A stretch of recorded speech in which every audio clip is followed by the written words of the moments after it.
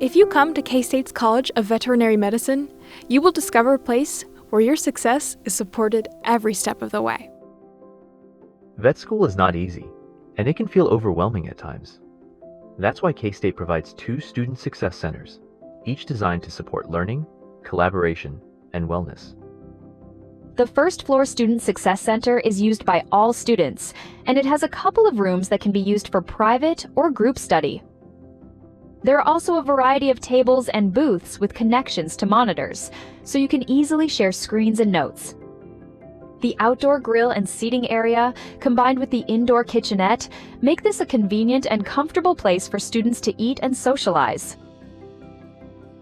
It's located right next to the Clinical Skills Lab, so you can go straight from class to a little bit of decompression time or additional study.